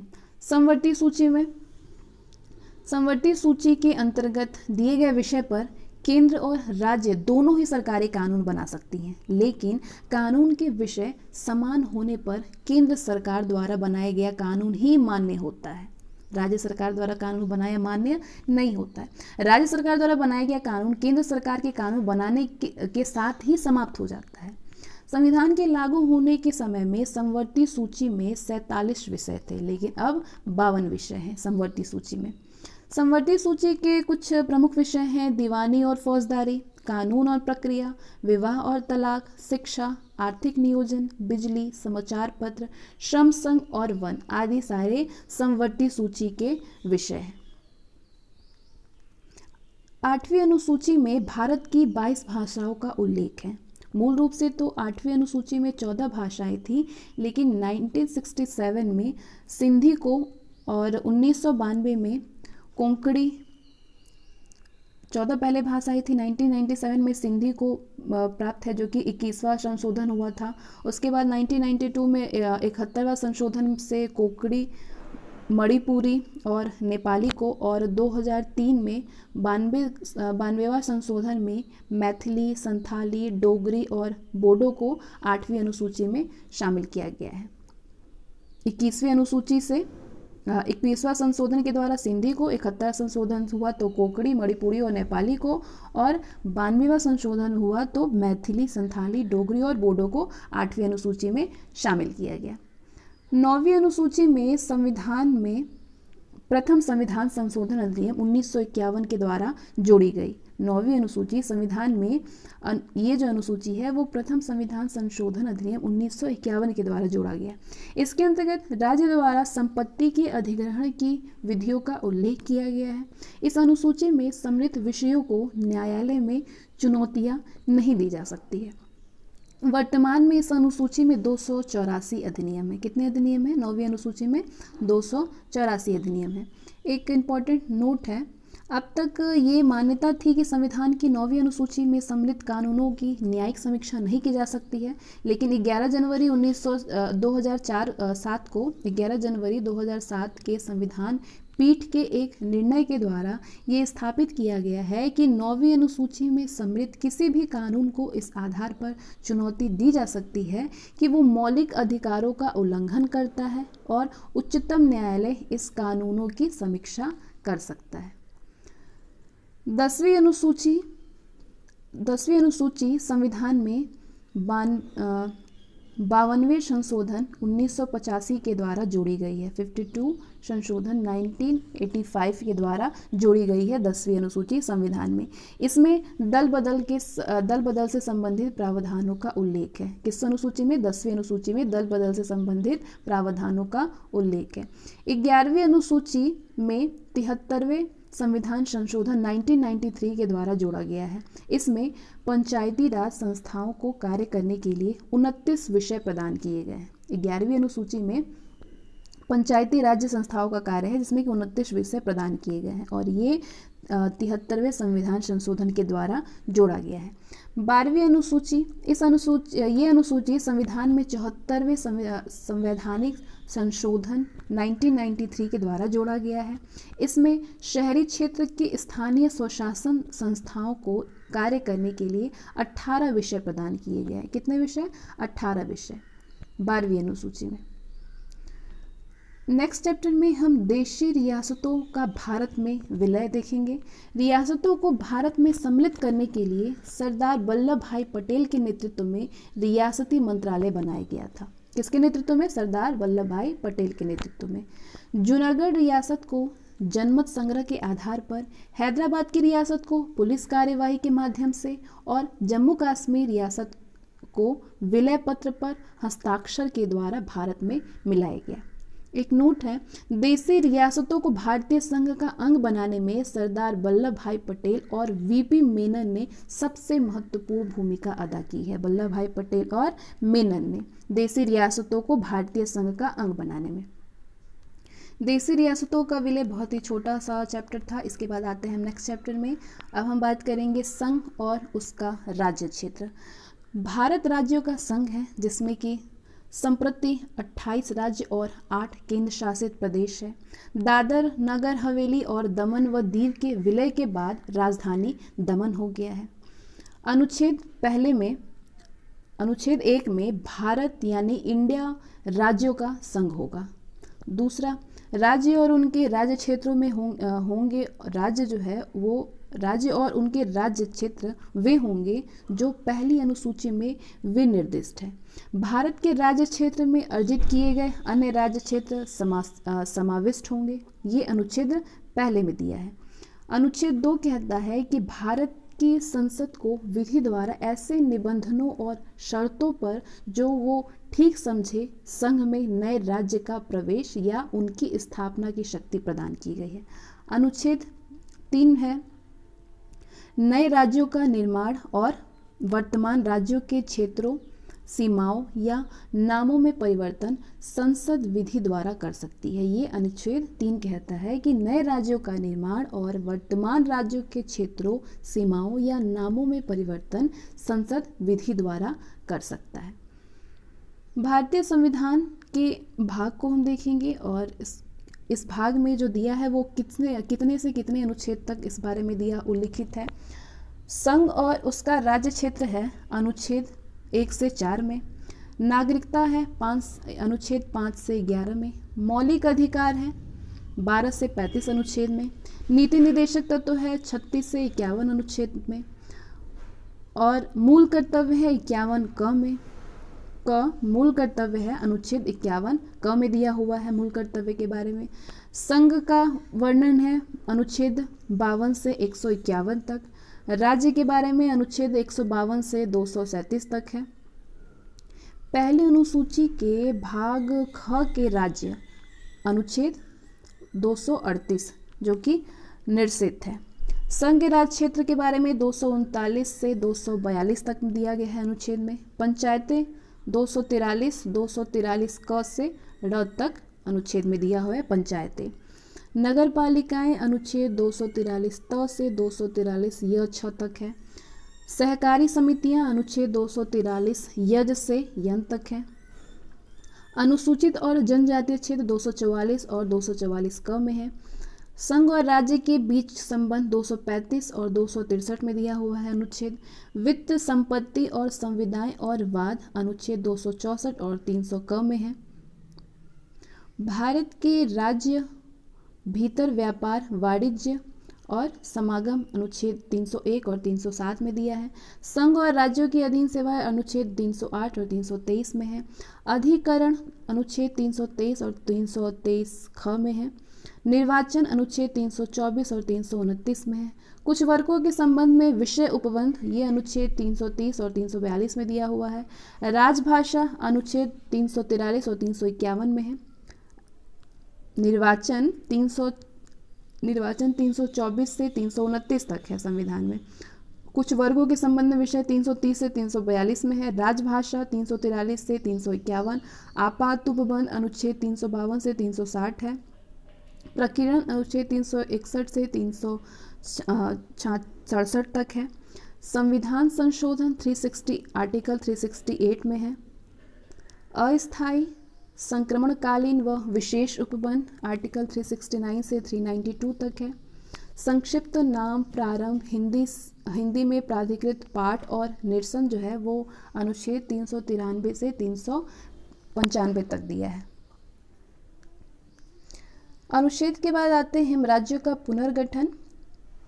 भाषा के आधार पर राज्यों का पुनर्गठन उचित है या फिर नहीं, इसकी जांच के लिए संविधान सभा के अध्यक्ष डॉक्टर राजेंद्र प्रसाद ने इलाहाबाद उच्च न्यायालय के अवकाश प्राप्त न्यायाधीश S.K. धर की अध्यक्षता में एक 4 सदस्यीय आयोग की नियुक्ति की है। इस आयोग ने भाषा के आधार पर राज्यों के पुनर्गठन का विरोध किया और प्रशासनिक सुविधा के आधार पर राज्यों के पुनर्गठन का समर्थन किया। धर आयोग के निर्णयों की परीक्षा के लिए कांग्रेस कार्य समिति ने अपने जयपुर अधिवेशन में जवाहरलाल नेहरू, वल्लभ भाई पटेल और पट्टाभी सीतारामैया की एक समिति का गठन किया। इस समिति ने भाषाई आधार पर राज्यों के पुनर्गठन की मांग को खारिज कर दिया। नेहरू, पटेल और सीतारामैया समिति यानी JVP समिति की रिपोर्ट के बाद मद्रास राज्य के तेलुगु भाषियों ने पोटी श्री रामुल्लू के नेतृत्व में आंदोलन प्रारंभ किया। 58 दिनों के आमरण अनशन के बाद 15 दिसंबर 1952 को रामुल्लू की मृत्यु हो गई। नए राज्यों का जो गठन हुआ था वो किस वर्ष हुआ था? आंध्र प्रदेश का गठन हुआ था 1 अक्टूबर 1953 को। महाराष्ट्र का गठन हुआ था 1 मई 1960 को। गुजरात का गठन हुआ था 1 मई 1960 को। नागालैंड का 1 दिसंबर 1963 को। हरियाणा राज्य का गठन हुआ था 1 नवंबर 1966 को। हिमाचल प्रदेश का 25 जनवरी 1961। मेघालय का 21 जनवरी 1972। मणिपुर का 21 जनवरी 1972। त्रिपुरा का गठन हुआ था 21 जनवरी 1972। सिक्किम का 26 अप्रैल 1975 को। मिजोरम का 20 फरवरी 1987 को। अरुणाचल प्रदेश का 20 जनवरी 1987 को। गोवा 25वां राज्य था जिसका गठन हुआ था 30 मई 1987 को 87 को। छत्तीसगढ़ 26वां राज्य बना जिसका गठन हुआ था 1 नवंबर 2000 को। उत्तराखंड 27वां राज्य बना जिसका गठन हुआ था 9 नवंबर 2000 को। झारखंड 28वां राज्य है जिसका गठन हुआ था 15 नवंबर 2000 को। और तेलंगाना 29वां राज्य बना जिसका गठन हुआ था 2 जून 2014 को। तो 58 दिन के आमरण अनशन के बाद रामुल्लू की मृत्यु हो गई थी 15 दिसंबर को 1992 को 1952 को। रामुल्लू की मृत्यु के बाद प्रधानमंत्री नेहरू ने तेलुगु भाषियों के लिए पृथक अलग आंध्र प्रदेश के गठन की घोषणा कर दी। इसके बाद 1 अक्टूबर 1953 को आंध्र प्रदेश राज्य का गठन हो गया। ये राज्य स्वतंत्र भारत के में भाषा के आधार पर गठित होने वाला पहला राज्य बना। भाषा के आधार पर गठित होने वाला पहला राज्य कौन बना? आंध्र प्रदेश बना। उस समय आंध्र प्रदेश की राजधानी करनूल थी। राज्य पुनर्गठन आयोग के अध्यक्ष फजल अली थे। इसके अन्य सदस्य थे पंडित हृदयनाथ कुंजरू और सरदार के.एम. पडिक्कर। राज्य पुनर्गठन अधिनियम जुलाई 1956 में पास किया गया। इसके अनुसार भारत में 14 राज्य और 6 केंद्र शासित प्रदेश स्थापित किए गए। कितना? 14 राज्य और 6 केंद्र शासित प्रदेश। राज्य पुनर्गठन आयोग 1953 में गठित हुआ था। नवंबर 1954 को फ्रांस की सरकार ने अपनी सभी बस्तियां पौंडीचेरी, यनाम, चंद्रनगर और केरीकल को भारत को सौंप दिया। 28 मई 1956 को इस संबंध में संधि पर हस्ताक्षर हो गए। इसके बाद इन सभी को मिलाकर के पौंडीचेरी संघ राज्य क्षेत्र का गठन हुआ। भारत सरकार ने 18 दिसंबर 1961 को गोवा, दमन व दीव की मुक्ति के लिए पुर्तगालियों के विरुद्ध कार्रवाई की और उन पर पूर्ण अधिकार कर लिया। 12वें संविधान संशोधन के द्वारा गोवा, दमन व दीव को प्रथम परिशिष्ट में शामिल करके भारत का अभिन्न अंग बना दिया गया। गोवा, दमन व दीव को वर्तमान समय में भारत में 28 राज्य और 8 केंद्र राज्य क्षेत्र हैं। इन्हें ही संविधान के प्रथम अनुसूची में शामिल किया गया है। क्षेत्रीय परिषद भारत में राज्य 5 क्षेत्रीय परिषद हैं। इनका गठन राष्ट्रपति के द्वारा किया जाता है और केंद्रीय मंत्री, गृह मंत्री या फिर राष्ट्रपति द्वारा मनोनीत केंद्रीय मंत्री क्षेत्रीय परिषद का अध्यक्ष होता है। संबंधित राज्यों के मुख्यमंत्री उपाध्यक्ष होते हैं जो कि प्रतिवर्ष बदलते रहते हैं। ये केंद्र राज्य संबंधों को सुधारने में महत्वपूर्ण भूमिका निभाती है। क्षेत्रीय परिषद को 1956 के राज्य पुनर्गठन अधिनियम के तहत स्थापित किया गया था और ये संवैधानिक निकाय है, लेकिन संवैधानिक निकाय नहीं है। ये संवैधानिक निकाय है किंतु ये संवैधानिक निकाय नहीं है। उत्तरीय क्षेत्रीय परिषद पंजाब, हरियाणा, हिमाचल प्रदेश, राजस्थान, जम्मू कश्मीर राज्य और चंडीगढ़ और दिल्ली संघ राज्य क्षेत्र है। उत्तर क्षेत्रीय परिषद में पंजाब, हरियाणा, हिमाचल प्रदेश, राजस्थान, जम्मू कश्मीर राज्य है और चंडीगढ़ और दिल्ली संघ राज्य क्षेत्र है। मध्य क्षेत्रीय परिषद में उत्तर प्रदेश, मध्य प्रदेश, उत्तराखंड और छत्तीसगढ़ है। पूर्वीय क्षेत्रीय परिषद में बिहार, पश्चिम बंगाल, उड़ीसा, झारखंड, असम, सिक्किम, मणिपुर, त्रिपुरा, मेघालय, नागालैंड, अरुणाचल प्रदेश और मिजोरम है। पूर्वीय क्षेत्रीय परिषद के अंतर्गत पश्चिमी क्षेत्रीय परिषद में गुजरात, महाराष्ट्र, गोवा राज्य और दमन दीव और दादर और नागर हवेली संघ राज्य क्षेत्र है। दक्षिण क्षेत्रीय परिषद में आंध्र प्रदेश, तेलंगाना, केरल, कर्नाटक और तमिलनाडु राज्य है और पुदुचेरी संघ राज्य क्षेत्र है। पूर्वोत्तर परिषद, इसका गठन संसदीय अधिनियम पूर्वोत्तर परिषद अधिनियम 1971 द्वारा किया गया। ये 8 अगस्त 1972 में अस्तित्व में आया था। कब? 8 अगस्त 1972 को। इसके सदस्यों में असम, मणिपुर, मिजोरम, अरुणाचल प्रदेश, नागालैंड, मेघालय, त्रिपुरा और सिक्किम सम्मिलित है। 1994 में सिक्किम पूर्वोत्तर परिषद का 8वां सदस्य बना। इसके कार्य कुछ अतिरिक्त कार्यों सहित वही हैं जो कि क्षेत्रीय परिषदों में है। तो हर परिषदों का सदस्य है अलग अलग। उत्तरीय क्षेत्रीय परिषद के सदस्य हैं पंजाब, हरियाणा, हिमाचल प्रदेश, राजस्थान, जम्मू कश्मीर राज्य और चंडीगढ़ और दिल्ली संघ राज्य क्षेत्र है। मध्य क्षेत्रीय परिषद के सदस्य हैं उत्तर प्रदेश, मध्य प्रदेश, उत्तराखंड और छत्तीसगढ़। पूर्वीय क्षेत्रीय परिषद के सदस्य हैं बिहार, पश्चिम बंगाल, उड़ीसा, झारखंड, असम, सिक्किम, मणिपुर, त्रिपुरा, मेघालय, नागालैंड, अरुणाचल प्रदेश और मिजोरम। पश्चिमी क्षेत्रीय परिषद के सदस्य हैं गुजरात, महाराष्ट्र, गोवा राज्य और दमन और दीव, नागर हवेली, दादर और नागर हवेली संघ राज्य क्षेत्र। दक्षिण क्षेत्रीय परिषद के सदस्य हैं आंध्र प्रदेश, तेलंगाना, केरल, कर्नाटक और तमिलनाडु राज्य और पुदुचेरी संघ राज्य क्षेत्र। भारत में गठित क्षेत्रीय परिषद हैं उत्तरी क्षेत्रीय परिषद, उसका मुख्यालय नई दिल्ली में है। मध्यवर्ती क्षेत्रीय परिषद का मुख्यालय इलाहाबाद में है। पूर्वीय क्षेत्रीय परिषद का मुख्यालय कोलकाता में है। पश्चिमी क्षेत्रीय परिषद का मुख्यालय मुंबई में है और दक्षिण क्षेत्रीय परिषद का मुख्यालय चेन्नई में है। इसके बाद आते हैं हम नेक्स्ट चैप्टर में, जिसमें हम भारतीय नागरिकता के बारे में पढ़ेंगे। भारतीय नागरिकता के बारे में भाग 2 में और अनुच्छेद 5 से 11 में दिया हुआ है। भारत में एकल नागरिकता का प्रावधान है। भारतीय नागरिकता अधिनियम 1955 के अनुसार निम्न में से कुछ दिया हुआ है नीचे, जिसमें से किसी एक आधार पर नागरिकता प्राप्त की जा सकती है। किन आधार पर नागरिकता प्राप्त की जा सकती है? जन्म के आधार पर नागरिकता प्राप्त की जा सकती है। प्रत्येक व्यक्ति जिसका जन्म संविधान लागू होने यानी 26 जनवरी 1950 को या फिर उसके बाद भारत में हुआ हो, तो वो जन्म से ही भारत का नागरिक होगा। इसका अपवाद भी है। राजनयिकों के बच्चे और विदेशियों के बच्चे भी यहाँ पे जन्म हो सकते हैं, तो अब वो नागरिक कहलाएंगे। वंश परंपरा द्वारा नागरिकता।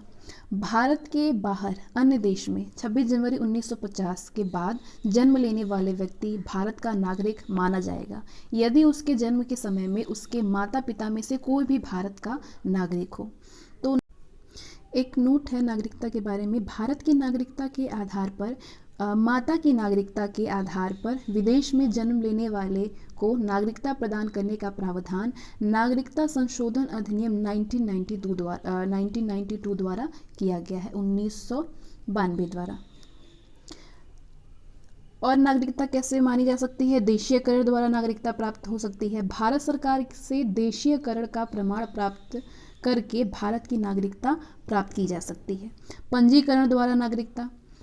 कुछ वर्गों में आने वाले लोग पंजीकरण के द्वारा भारत की नागरिकता प्राप्त कर सकते हैं। किन किन वर्गों में आने वाले लोग? वे व्यक्ति जो कि पंजीकरण प्रार्थना पत्र देने की तिथि से 6 महीने पहले से भारत में रह रहे हों। वे भारतीय जो कि अविभाज्य भारत से बाहर किसी देश में निवास कर रहे हों। वे स्त्रियां जो कि भारतीयों से विवाह कर चुकी हों या भविष्य में विवाह करेंगी।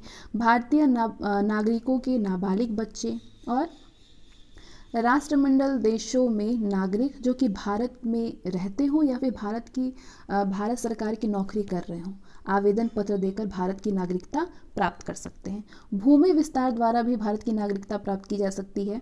यदि किसी नए भूभाग को भारत में शामिल किया जाता है तो उस क्षेत्र में निवास करने वाले व्यक्तियों को स्वतः भारत की नागरिकता प्राप्त हो सकती है। भारतीय नागरिकता संशोधन अधिनियम 1986। इस अधिनियम के आधार पर भारतीय नागरिकता संशोधन अधिनियम 1955 में कुछ संशोधन किए गए थे। क्या क्या संशोधन किए गए थे? अब भारत में जन्मे केवल उस व्यक्ति को ही नागरिकता प्रदान की जाएगी जिसके माता पिता में से कोई एक भारत का नागरिक हो। जो व्यक्ति पंजीकरण के माध्यम से भारतीय नागरिकता प्राप्त करना चाहते हैं, उन्हें अब भारत में कम से कम 5 वर्षों तक निवास करना होगा। पहले ये अवधि 6 महीने की थी, लेकिन अब ये 5 साल की हो गई है। और क्या होना चाहिए? देशीकरण द्वारा नागरिकता तभी प्रदान की जाएगी जबकि संबंधित व्यक्ति कम से कम 10 वर्षों तक भारत में रह चुका हो। पहले ये अवधि 5 वर्ष तक थी। नागरिकता संशोधन अधिनियम 1986 जम्मू कश्मीर और असम सहित भारत के सभी राज्यों पर लागू होगा। नागरिकता का अंत कैसे हो सकता है? भारतीय नागरिकता का अंत कैसे हो जाएगा? नागरिकता का परित्याग करने से, किसी अन्य देश की नागरिकता को स्वीकार कर लेने पे और सरकार द्वारा नागरिकता छीनने पर भारतीय नागरिकता का अंत हो जाएगा। जम्मू कश्मीर राज्य के विधानमंडल को कुछ विषयों के संबंध में राज्यों में स्थायी रूप से निवास करने वाले व्यक्तियों को अधिकार और विशेषाधिकार प्रदान करने की शक्ति प्रदान की गई है। कौन कौन सी शक्ति प्रदान की गई है? राज्य के अधीन नियोजन के संबंध में, किस विषय में? और राज्य में अचल संपत्ति के अर्जन के संबंध में, राज्यों में स्थायी रूप से बस जाने वाले के संबंध में, छात्रवृत्तियां अथवा इसी प्रकार की सहायता जो कि राज्य सरकार प्रदान करे। इसके बाद आते हैं नेक्स्ट चैप्टर में, जिसमें कि हम मौलिक अधिकार के बारे में पढ़ेंगे। तो मौलिक अधिकार फंडामेंटल राइट्स कहाँ से लिया गया है? संयुक्त राज्य अमेरिका के संविधान से लिया गया है। मौलिक अधिकार का वर्णन संविधान के भाग 3 में है और अनुच्छेद 12 से 35 में है। संविधान के भाग 3 को भारत का अधिकार पत्र यानी मैग्ना कार्टा कहा जाता है। इसे मूल अधिकारों का जन्मदाता भी कहा जाता है। मौलिक अधिकारों में संशोधन हो सकता है और राष्ट्रीय आपात के दौरान अनुच्छेद 342 में जीवन और व्यक्तिगत स्वतंत्रता के आधार को छोड़ करके अन्य मौलिक अधिकारों को स्थगित किया जा सकता है। मूल संविधान में 7 मौलिक अधिकार थे, लेकिन 44वें संविधान संशोधन 1978 के द्वारा संपत्ति का अधिकार, जो कि अनुच्छेद 31 और 19 का है, संपत्ति के अधिकार को मौलिक अधिकार की सूची से हटा करके इसे संविधान के अनुच्छेद 300 ए में 300 ए के अंतर्गत कानूनी अधिकार के रूप में रखा गया है। किसको? संपत्ति के अधिकार को। एक नोट है, 1931 में कराची अधिवेशन में कांग्रेस ने घोषणा पत्र में मूल अधिकारों की मांग की। मूल अधिकारों का प्रारूप जवाहरलाल नेहरू ने बनाया है। कराची अधिवेशन में अध्यक्ष थे सरदार वल्लभ भाई पटेल। मौलिक अधिकार क्या क्या है? समता या समानता का अधिकार, समता या समानता का अधिकार दिया है अनुच्छेद 14 से 18 में। स्वतंत्रता का अधिकार दिया है अनुच्छेद 19 से 22 में। शोषण के विरुद्ध अधिकार मौलिक अधिकार है, जिसका वर्णन है अनुच्छेद 23 से 24 में। धार्मिक स्वतंत्रता का अधिकार दिया है अनुच्छेद 25 से 28 में। संस्कृति और शिक्षा संबंधी अधिकार 29 से 30 में दिया हुआ है अनुच्छेद। संवैधानिक उपचारों का संविधान मौलिक अधिकार है, जिसका वर्णन अनुच्छेद 32 में है। एक एक करके इन 6 अधिकार को, मौलिक अधिकारों को हम पढ़ेंगे। सबसे पहले समता या समानता का अधिकार। समता या समानता का अधिकार अनुच्छेद 14 में है, विधि के समक्ष समता। इसका अर्थ ये है कि राज्य सभी व्यक्तियों के लिए एक समान कानून बनाएगा और उन सब पर एक समान लागू होगा। ये विधि के समक्ष समता है। अनुच्छेद 15 में दिया है धर्म, नस्ल, जाति, लिंग या जन्म स्थान के आधार पर भेदभाव का निषेध। राज्य के द्वारा धर्म, मूल वंश, जाति, लिंग और जन्म स्थान आदि के आधार पर नागरिकों के प्रति जीवन के किसी भी क्षेत्र में भेदभाव नहीं किया जाएगा। ये अनुच्छेद 15 में दिया है।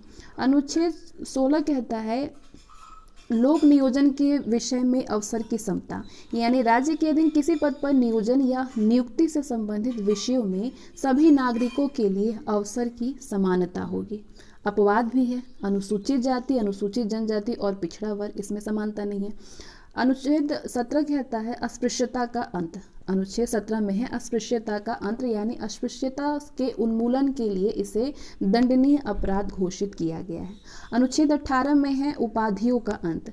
सेना या विधा संबंधी सम्मान के सिवाय अन्य कोई भी उपाधि राज्य द्वारा प्रदान नहीं की जाएगी। भारत का कोई नागरिक किसी अन्य देश से बिना राष्ट्रपति की आज्ञा के कोई भी उपाधि स्वीकार नहीं कर सकता है। एक नोट है, भारत सरकार द्वारा भारत रत्न, पद्म विभूषण, पद्म भूषण, पद्मश्री और सेना द्वारा परमवीर चक्र, महावीर चक्र, वीर चक्र आदि पुरस्कार अनुच्छेद 18 के तहत ही दिए जाते हैं। किस अनुच्छेद के तहत? 18 के तहत दिए जाते हैं। इसके बाद स्वतंत्रता की अधिकार। स्वतंत्रता का अधिकार है अनुच्छेद 19 में। अनुच्छेद 19 में है मूल संविधान में 7 तरह की स्वतंत्रता का उल्लेख था, अब सिर्फ 6 हो गया है। अनुच्छेद 19F संपत्ति का अधिकार 44वां संविधान संशोधन 1978 के द्वारा हटा दिया गया है। तो ये 6 तरह की स्वतंत्रता का अधिकार है। कौन कौन सी स्वतंत्रता? 19A में है बोलने की स्वतंत्रता, 19B में है शांतिपूर्वक बिना हथियारों के एकत्रित होने और सभा करने की स्वतंत्रता। अनुच्छेद 19C में है संघ बनाने की स्वतंत्रता।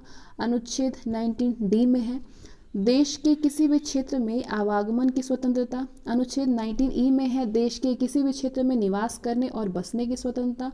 और अनुच्छेद 19G में है कोई भी व्यापार एवं जीविका चलाने की स्वतंत्रता। ये 6 तरह की स्वतंत्रता का अधिकार है। एक नोट है, प्रेस की स्वतंत्रता का वर्णन अनुच्छेद A में ही है। अनुच्छेद A में ही प्रेस की स्वतंत्रता का वर्णन है। अनुच्छेद 20 में है अपराधों के लिए दोष सिद्धि के संबंध में संरक्षण। इसके तहत 3 प्रकार की स्वतंत्रता का वर्णन है। पहला, किसी भी व्यक्तियों को एक अपराध के लिए सिर्फ एक बार ही सजा मिलेगी। दूसरा, अपराध करने के समय में जो भी कानून है उसी के तहत सजा मिलेगी, ना कि पहले और बाद में बनने वाले कानून के तहत। और तीसरा, किसी भी व्यक्ति को स्वयं के विरुद्ध न्यायालय में गवाही देने के लिए बाध्य नहीं किया जाएगा। अनुच्छेद 21 में है प्राण एवं दैहिक स्वतंत्रता का संरक्षण। किसी भी व्यक्ति को विधि द्वारा स्थापित प्रक्रिया के अतिरिक्त उसके जीवन और व्यक्तित्व स्वतंत्रता के अधिकार से वंचित नहीं किया जा सकता है। एक नोट है 21 आर्टिकल के बारे में कि 21 आर्टिकल के तहत प्रत्येक सरकार का दायित्व बनता है कि वो अपने नागरिकों को स्वस्थ और स्वच्छ पर्यावरण उपलब्ध कराए। इसके लिए भारत सरकार ने संसद के राष्ट्रीय हरित न्यायाधिकरण अधिनियम 2010 पारित कराया। अक्टूबर 2010 में राष्ट्रीय हरित न्यायाधिकरण की स्थापना की गई। राष्ट्रीय हरित न्यायाधिकरण की मुख्य पीठ नई दिल्ली में है, जबकि 4 अन्य पीठें भोपाल, पुणे, कोलकाता और चेन्नई में है। राष्ट्रीय हरित न्यायाधिकरण में पर्यावरण से संबंधित मामलों के लिए उत्तरदायी है। राष्ट्रीय हरित न्यायाधिकरण देश में पर्यावरण से संबंधित मामलों के लिए उत्तरदायी है। आर्टिकल 21 क में है राज्य 6 से 14 वर्ष की आयु के समस्त बच्चों को ऐसे ढंग से जैसा कि राज्य विधि द्वारा अवधारित करे निःशुल्क और अनिवार्य शिक्षा उपलब्ध करेगी। ये 86वां संशोधन 2002 द्वारा जोड़ा गया है। अनुच्छेद 21 क में अनुच्छेद 22 में है कुछ दशाओं में गिरफ्तारी और निरोध में संरक्षण। अगर किसी भी व्यक्ति को मनमाने ढंग से हिरासत में ले लिया गया हो तो उसे 3 प्रकार की स्वतंत्रता प्रदान की जाएगी। कौन कौन सी? हिरासत में लेने के कारण बताना होगा, 24 घंटे के अंदर उसे दंडाधिकारी के समक्ष पेश किया जाएगा, आने या जाने के समय को छोड़कर 24 घंटे के अंदर। और तीसरा, उसे अपने पसंद के वकील से सलाह लेने का अधिकार होगा। निवारक निरोध क्या है? भारतीय संविधान के अनुच्छेद 22 के खंड 3, 4, 5 और 6 में तत्व संबंधी प्रावधानों का उल्लेख है। निवारक निरोध कानून के अंतर्गत किसी भी व्यक्ति को अपराध करने से पहले ही गिरफ्तार किया जाता है।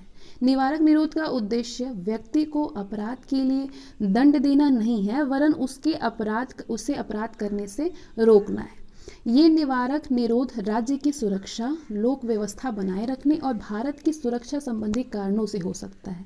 जब किसी भी व्यक्ति को निवारक निरोध की किसी विधि के अधीन गिरफ्तार किया जाता है, तब सरकार ऐसे व्यक्ति को केवल 3 महीने तक अभिरक्षा में निरुद्ध कर सकती है। यदि गिरफ्तार व्यक्ति को 3 महीने से अधिक के समय के लिए निरुद्ध करना होता है तो इसके लिए सलाहकार बोर्ड का प्रतिवेदन प्राप्त करना पड़ता है। किसका? सलाहकार बोर्ड का। और इस प्रकार निरुद्ध व्यक्ति को यथाशीघ्र निरोध के आधार पर सूचित किया जाएगा, लेकिन इन तथ्यों को निरस्त करना लोकहित के विरुद्ध समझा जाएगा, उन्हें प्रकट करना आवश्यक नहीं है। और तीसरा, निरुद्ध व्यक्ति को निरोध आदेश के विरुद्ध अभ्यावेदन करने के लिए शीघ्र अवसर दिया जाना चाहिए।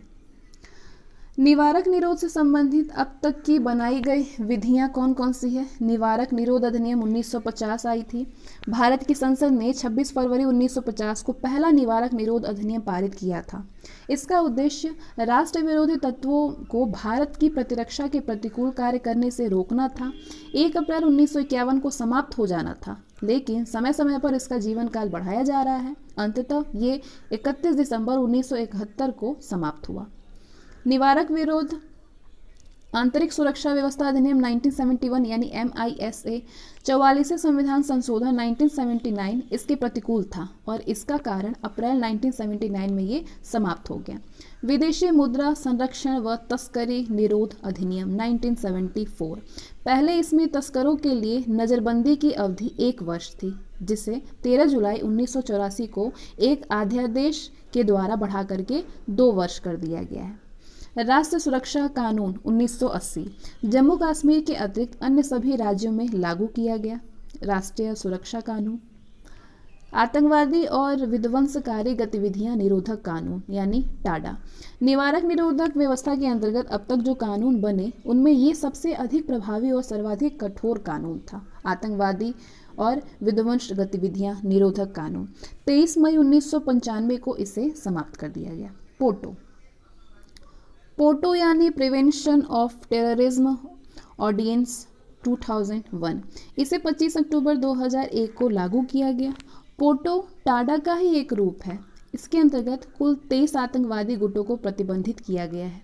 आतंकवादी और आतंकवादियों से संबंधित सूचना को छिपाने वाले को भी दंडित करने का प्रावधान किया गया है।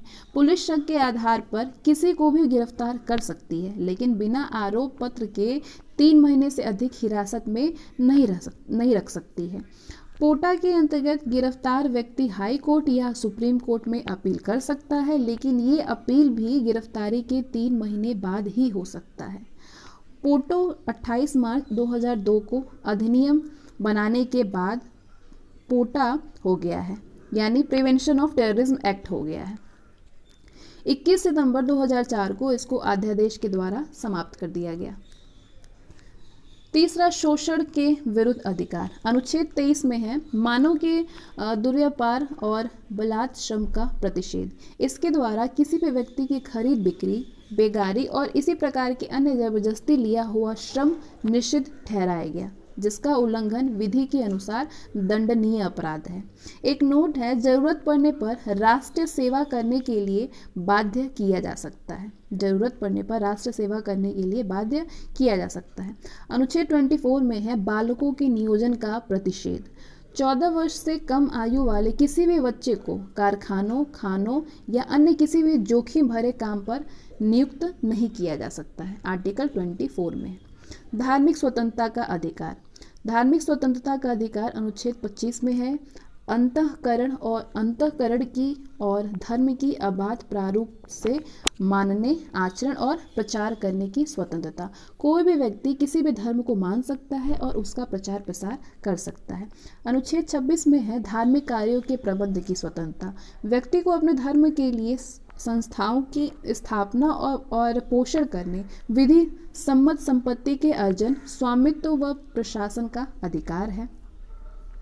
अनुच्छेद 27 में है राज्य किसी भी व्यक्ति को ऐसे कर देने के लिए बाध्य नहीं कर सकता है जिसकी आय किसी विशेष धर्म अथवा धार्मिक संप्रदाय की उन्नति या पोषण में व्यय करने के लिए विशेष रूप से निश्चित कर दी गई है। अनुच्छेद 28 में है राज्य विधि से पूर्णतः पोषित किसी भी शिक्षा संस्थान में कोई भी धार्मिक शिक्षा नहीं दी जाएगी। ऐसे शिक्षा संस्थान अपने विद्यार्थियों को किसी भी धार्मिक अनुष्ठान में भाग लेने या फिर किसी भी धर्मोपदेश को बलात् सुनने या उसके हेतु बाध्य नहीं कर सकते हैं। संस्कृति एवं शिक्षा संबंधी अधिकार। अनुच्छेद 29 में है अल्पसंख्यक वर्गों के हितों का संरक्षण। कोई भी अल्पसंख्यक वर्ग अपनी भाषा, लिपि और संस्कृति को सुरक्षित रख सकता है और केवल भाषा, जाति और धर्म और संस्कृति के आधार पर उसे भी सरकारी शैक्षिक संस्था में प्रवेश से नहीं रोका जाएगा। एक नोट है, वर्तमान में 6 समुदायों मुस्लिम, पारसी, ईसाई, सिख, बौद्ध एवं जैन को अल्पसंख्यक वर्ग का दर्जा प्रदान किया गया है। किन किन वर्गों को? मुस्लिम को, पारसी, ईसाई, सिख और बौद्ध और जैन को अल्पसंख्यक वर्ग का दर्जा दिया गया है। अल्पसंख्यक समुदाय के विकास को समुचित आधार प्रदान करने के लिए 2005 में तत्कालीन केंद्र सरकार द्वारा प्रधानमंत्री का 15वां सूत्रीय कार्यक्रम प्रारंभ किया गया है। अनुच्छेद 30 में है शिक्षा संस्थाओं की स्थापना और प्रशासन करने का अल्पसंख्यक वर्गों का अधिकार। कोई भी अल्पसंख्यक वर्ग अपनी पसंद का शैक्षिक संस्था चला सकता है और सरकार उसे अनुदान देने में किसी भी तरह का भेदभाव नहीं करेगी। छठवां है संवैधानिक उपचारों का अधिकार। संवैधानिक उपचारों का अधिकार को डॉक्टर भीमराव अंबेडकर ने संविधान की आत्मा कहा है। संवैधानिक उपचार के अधिकार को डॉक्टर भीमराव अंबेडकर ने संविधान की आत्मा कहा है। अनुच्छेद 32 में है इसके अंतर्गत मौलिक अधिकारों को प्रवर्तित करने के लिए समुचित कार्यवाहियों द्वारा उच्चतम न्यायालय में आवेदन करने का अधिकार प्रदान किया गया है। इस संदर्भ में सर्वोच्च न्यायालय को 5 तरह के समावेश यानी रीट निकालने की शक्ति प्रदान की गई है। कौन कौन से रीट? बंदी प्रत्यक्षीकरण यानी हैबिस कॉर्पस, दूसरा परामर्श यानी मैंडेमस, प्रतिषेध लेख यानी प्रोहिबिजन, चौथा उत्प्रेषण यानी सटेरियर, 5वां अधिकार पेक्षा लेख यानी क्यू वारंटो। सबसे पहले बात करेंगे बंदी प्रत्यक्षीकरण के बारे में। तो ये उस व्यक्ति की प्रार्थना पर जारी किया जाता है जो कि ये समझ सकता है कि उसे अवैध रूप से बंदी बनाया गया है। इसके द्वारा न्यायालय बंदीकरण करने वाले अधिकारी को आदेश देता है कि वो बंदी बनाए गए व्यक्ति को निश्चित स्थान और निश्चित समय के अंदर उपस्थित करे, जिससे न्यायालय बंदी बनाए जाने के कारणों पर विचार कर सके। परमादेश। परमादेश का लेख उस समय जारी किया जाता है जब कोई पदाधिकारी अपने सार्वजनिक कर्तव्य का निर्वाह नहीं करता है। इस प्रकार के आज्ञा पत्र के आधार पर पदाधिकारी को उसके कर्तव्य का पालन करने का आदेश जारी किया जाता है। प्रतिषेध लेख। ये आज्ञा पत्र सर्वोच्च न्यायालय और उच्च न्यायालयों द्वारा निम्न न्यायालय और अर्ध न्यायिक न्यायाधिकरणों को जारी करते हुए आदेश दिया जाता है कि इस मामले में अपने यहाँ कार्यवाही ना करें, क्योंकि ये मामला उनके अधिकारी क्षेत्र के बाहर है, उनके अधिकार क्षेत्र के बाहर है। उत्प्रेषण। इसके द्वारा अधीनस्थ न्यायालय को ये निर्देश दिया जाता है कि वे अपने पास लंबित मुकदमों के न्याय निर्णय के लिए उसे वरिष्ठ न्यायालय को भेजें। अधिकार प्रेक्षालेख। जब कोई व्यक्ति ऐसे पदाधिकारी के रूप में कार्य करने लगता है जिसके रूप में कार्य करने का उसे वैधानिक रूप से अधिकार प्राप्त नहीं है, तो न्यायालय अधिकार प्रेक्षा के आदेश के द्वारा उस व्यक्ति से पूछता जाता है कि वो किस अधिकार से कार्य कर रहा है, और जब तक वो इस बात का संतोषजनक उत्तर नहीं देता है वो कार्य नहीं कर सकता है। ये है अधिकार प्रेक्षा लेख। मौलिक अधिकार में संशोधन। मौलिक अधिकार में क्या क्या संशोधन हुए हैं? गोलकनाथ बना पंजाब राज्य 1967 में। इसके निर्णय से पूर्व दिए गए निर्णयों में ये निर्धारित किया गया है कि संविधान के किसी भी भाग में संशोधन किया जा सकता है, जिसमें कि अनुच्छेद 368 में और मूल अधिकार को शामिल किया गया था। सर्वोच्च न्यायालय ने गोलकनाथ बना पंजाब राज्यवाद 1967 के निर्णय में अनुच्छेद 368 में निर्धारित प्रक्रिया के माध्यम से मूल अधिकारों में संशोधन पर रोक लगा दी, यानी संसद मूल अधिकारों में संशोधन नहीं कर सकती है। 24वें संविधान संशोधन 1971 द्वारा अनुच्छेद 13 और 368 में संशोधन किया गया, लेकिन और ये निर्धारित किया गया कि अनुच्छेद 368 में दी गई प्रक्रिया द्वारा मूल अधिकारों में संशोधन किया जा सकता है। केशवानंद भारती बनाम केरल राज्यवाद। केशवानंद भारती बनाम केरल राज्यवाद के निर्णय में इस प्रकार के संशोधन को विधि मान्यता प्रदान की गई है, यानी गोलकनाथ बनाम पंजाब राज्य के निर्णय को निरस्त कर दिया गया। 42वें संविधान संशोधन 1976 द्वारा अनुच्छेद 368 में खंड 4 और 5 जोड़े गए हैं और ये व्यवस्था की गई है कि इस प्रकार किए गए संशोधन को किसी भी न्यायालय में प्रश्नगत नहीं किया जा सकता है।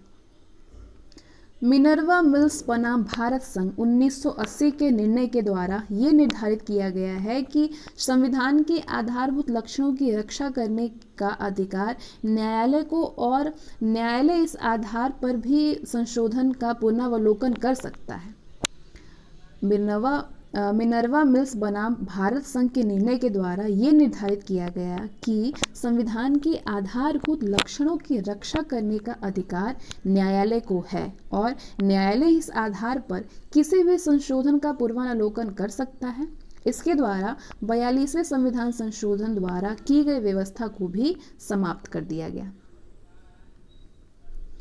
इसके बाद हम नेक्स्ट चैप्टर राज्य की नीति निर्देशक तत्व यानी डीपीएसपी को हम नेक्स्ट वीडियो में कवर करेंगे। तो फिर मिलते हैं नेक्स्ट वीडियो में। इस वीडियो को लाइक करें, शेयर करें।